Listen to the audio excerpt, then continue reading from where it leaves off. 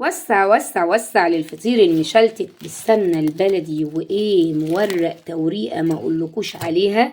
جميل جدا جدا. شايفين ريحة وطعم بتاع زمان. طبعا عشان تعرفوا التكات والحركات وشوفوا الفيديو للآخر وتنفذوه زي ما هو كده وتدوقوا طعم الفطير بتاعنا المشلتت. طبعا تابعوا المطبخ بتاعي مطبخ إلهام فوزي، بحبكم في الله. شوفوا الفيديو معايا لأحلى الوصفات والأكلات مع إلهام.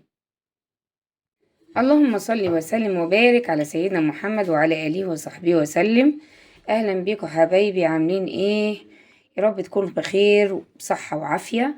النهاردة طبعا الفطير المشلتت بطريقة جميلة جدا مش هتتوقعوها، وهيطلع بقى مورق وتحفة. طبعا المكونات عندي هي دقيق 4 كوبايات من الدقيق وشوية ملح، نص معلقة من الملح، وعندي مية بس للعجن. هم دول المكونات، ايوه هم دول المكونات. طبعا هبتدي ان انا اعجن العجينة بتاعتي تبقى كويسة، مش طرية قوي ولا ناشفة قوي، يعني ايه وسط كده بتلزق كده خفيف. هبدأ ان انا اعجن واكورها كور صغيرة وارجع لكم عشان اشتغل، عشان الفيديو ما يبقاش طويل.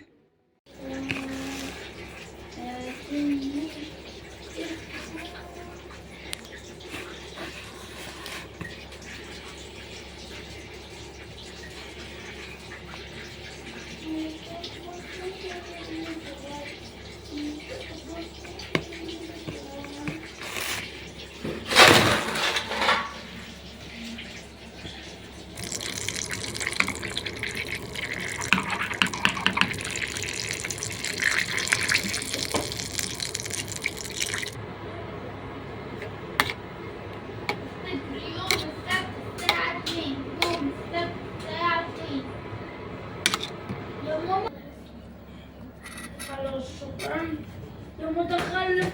خد التربيزة. خد نسيت والله.